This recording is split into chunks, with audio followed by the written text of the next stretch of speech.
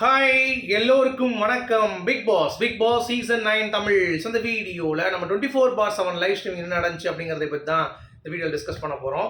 So வீடியோக்குள்ள போகிறதுக்கு முன்னாடி சேனலுக்கு புதுசாக இருந்தால் கண்டிப்பாக சப்ஸ்கிரைப் பண்ணிக்கோங்க, வீடியோ மறக்காமல் ஒரு லைக் பண்ணிக்கோங்க. இப்போ நம்ம வீடியோக்குள்ளே போகலாம். ஸோ நான் ஏற்கனவே சொன்ன மாதிரி இன்றைக்கி வந்து பார்த்தீங்கன்னா கொஞ்சம் டல் டே தான்.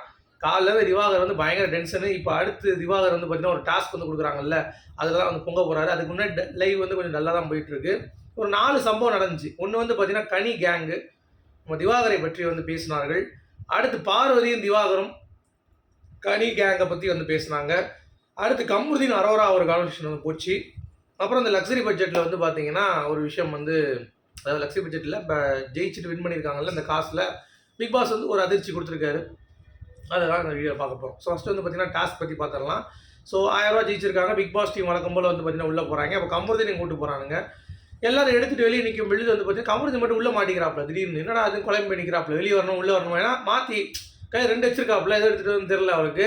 வெளியே வராமல் உள்ளே வராமல் சொல்லி ஸ்டக் ஆகிட்டு அப்படின்னு நின்ட்டாப்புல. அதனால் வந்து பார்த்தீங்கன்னா 800 தான் எடுக்க முடிஞ்சிச்சு பிக் பாஸ் டீம். பட் பரவாயில்ல, ஃபுல்லாக கேன்சல் பண்ணல.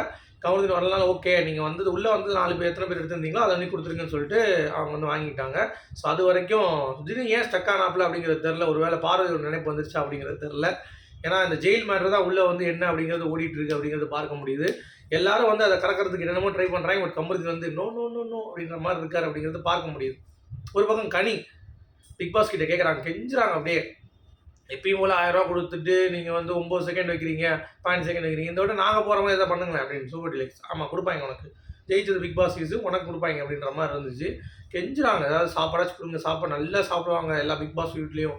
இங்கே தான் வந்து கஞ்சி கூட வழி இல்லாமல் இருக்கும், ப்ளீஸ் பிக் பாஸ் ஏதாவது கொடுங்க அப்படின்றாங்க. உண்மை தான்.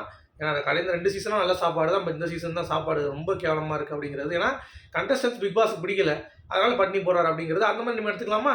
அப்படி எடுத்துக்கலாம். சும்மா உட்காந்துட்டு நொறநாட்டியம் பேசிகிட்டு இருக்கக்கூடாது இங்கே. நொறநாட்டியம் மூஞ்சி மோகரையம்பர் அப்படின்ற மாதிரி இருந்துச்சு.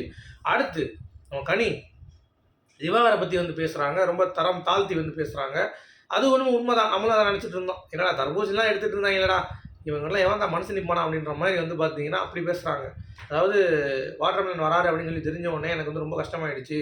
நான் உள்ளே போய் அவர்கிட்ட பேசக்கூடாதுன்னு நினச்சேன். பட் என்ன பண்ணுறது, இப்படியும் பேசி தான் ஆகணும் அப்படின்ற மாதிரி சொல்லிட்டு இருக்காங்க. ஒரு தீண்டத்தகாதவரை போல் வாட்டர்மேனை வந்து பார்க்குறாங்க அப்படிங்கிறப்ப என்னடா அது அப்படின்ற மாதிரி இருந்தது. அட்லீஸ்ட் உள்ளே வந்த பிறகு கேம் ஆடி தானே ஆகணும். முதல்ல ஏன் வந்தீங்க? நான்லாம் கூப்பிட்டு தான் போயிருக்க மாட்டேன். வாட்டர்மேன் வர்றப்ப ஐயோ ஆனாங்க அப்படின்னு சொல்லி போயிருப்பேன். நல்ல வேலை நான் அதை மிதிக்கல அப்படின்னு சொல்லி ஜனனி அசோக்குமார் ஒரு கண்டஸ்டன்ட் இருக்காங்க தெரியுமா, அவங்க போட்டிருந்தாங்க போஸ்ட். ஏன்னா அவங்க வர மாதிரி இருந்துச்சு. நல்ல வேலை நான் மிதிக்கலன்ட்டாங்க. அந்த மாதிரி நீங்கள் சொல்லியிருக்க வேண்டியதானே. அதை விட்டு சபரி நானும் வந்தது அப்படி நினச்சேன். ஆனால் வந்து மனுஷன் கேரக்டராச்சும் கொஞ்சம் நல்லா இருக்கும் பார்த்தா அதுவும் சரியில்லைக்கா அப்படின்ட்டு. உங்களை பற்றி தான் பேசினா உடனே கேரக்டர் சரியில்லையா அப்படின்ற மாதிரி இருந்துச்சு. ரம்யா பாருங்க அங்கே படுத்துக்கிட்டு மடியில், அக்கா நான் திண்டுக்கல் பக்கம் தூத்துக்குடி பக்கம் போகிற மாதிரி உனக்கு ஒரு குத்து, உங்கள் அண்ணனுக்கு ஒரு குத்து அப்படின்ற மாதிரி வெஸ்ட் பெருமா அம்சம் மாற்றி மாற்றி குத்திக்கலாங்க்கா, சரியா நான் உங்களுக்கு போடவா அப்படிங்கிறது. ஒழுங்காக பேசுனீங்கன்னா குழஞ்சிட அப்படியே எனக்கு கொஞ்சிடா அப்படின்ற மாதிரி இருக்குது. எது கொஞ்சிடா அப்படியே அப்படின்ற மாதிரி ஒரு பக்கம் இவங்க பேசிகிட்டு இருக்காங்க. அதுக்கடுத்து வந்து பார்த்தீங்கன்னா நம்ம பம்பு கேங்னா திவாகரும் நம்ம பார்வதி. இவங்க யாரை பற்றி பேசுகிறாங்க அப்படின்னு சொல்லி பார்த்தீங்கன்னா யாரெல்லாம் நம்ம டேஞ்சரான டெவில் இந்த வீட்டில் அப்படின்னு சொல்லி பேசிகிட்டு இருக்கும் பொழுது 4 பேர் இருக்காங்க அப்படின்றாங்க. அந்த 4 பேர் யார்? கானா வினோத், கமருதீன், பிரவீன் ராஜ், எஃப்ஜே அப்படின்றார். இவர்கிட்ட சண்டை போட்டவங்க எல்லா பேரும் சொல்லிடுவார் நம்ம வாட்டர்மேன். சரி ஓகே தான், அவங்க பண்ணுறதெல்லாம் கொஞ்சம் டார்ச்சராக தான் இருக்குது அப்படிங்கிறது ஒரு பக்கம். பட் இவர் பண்ணுறது அது ஈக்குவலாக இருக்குது.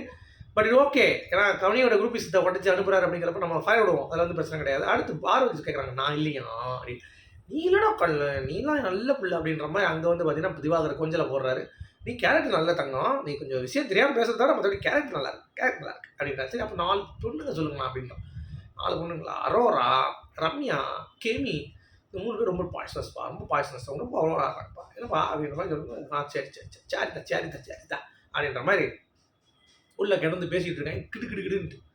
இது ஒரு பக்கம் போயிட்டு இருக்கு. இன்னொரு பக்கம் அரோரா வந்து கமருதீன் கூட ஒட்டி சுற்றி கிடக்கா. அதில் வந்து பார்த்தீங்கன்னா 2-3 விஷயங்கள் அதுலேருந்து வந்துச்சு. என்ன அப்படின்னா, நானும் துஷாரும் பொண்டாட்டி மாதிரியா அப்படின்ற மாதிரி வந்து பார்த்தீங்க அப்படின்னா, கேட்டிங்களா புருஷன் பொண்டாட்டி மாதிரி சொன்னீங்களா யார்ட்டையாவது அப்படின்றான். இல்லையே அப்படின்னோடனே, நீங்கள் ஒன்று பண்ணுங்க கமருதீன், நீங்கள் வந்து யார் உங்களை என்கரேஜ் பண்ணுறாங்களோ அவங்ககிட்ட டைம் ஸ்பெண்ட் பண்ணுங்கள். நீங்கள் எதுக்கு வந்து அப்படி டைம் ஸ்பெண்ட் பண்ணுறீங்க எல்லாருக்கிட்டையும் போய்?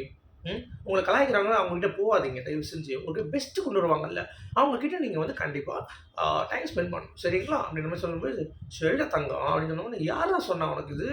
நானும் துஷாரும் அந்த துஷார் வந்து என்னை கூப்பிட்டு போனாங்கல்ல, அப்போ கட்டின பொண்டாட்டி மாதிரி இருக்க, அதை கூட்டு தள்ளிட்டு போகிறான் அப்படின்னு சொன்னீங்களா அப்படின்னு கேட்குறான். இல்லையே அப்படி யாரா சொன்னா உனக்கு அப்படின்னு சொல்லி கேட்குறான். ஒன்றும் இல்லை, அந்த அகோரி வாயில் சூரத்தை வச்சு ஏற்றுவான்ல துண்டு பீடி கலை அவன் தான் சொன்னான் அப்படின்னு சொன்னேன். அப்படியா, அவன் இந்த வாரம் போயிருவான், அவன் சொன்னதான் பெருசாக எடுத்துக்காது அப்படின்னு சொல்லிட்டு கமருது ஒரே அடி லெஃப்ட்லேயே அடிச்சுட்டு அவர் பாட்டு கிளம்பிட்டாப்புல அப்படிங்கிறது தான். ஸோ இன்னும் அந்த ஜெயிலில் என்ன நடந்துச்சு அப்படிங்கிறத உருவ பார்க்குறாங்க. கமருது நோ அப்படின்றாரு. ஸோ வெயிட் பண்ணி பார்க்கலாம் உங்களுடைய கருத்துக்கள் என்ன அப்படிங்கிறதால மீண்டும் சந்திப்போம். Good bye.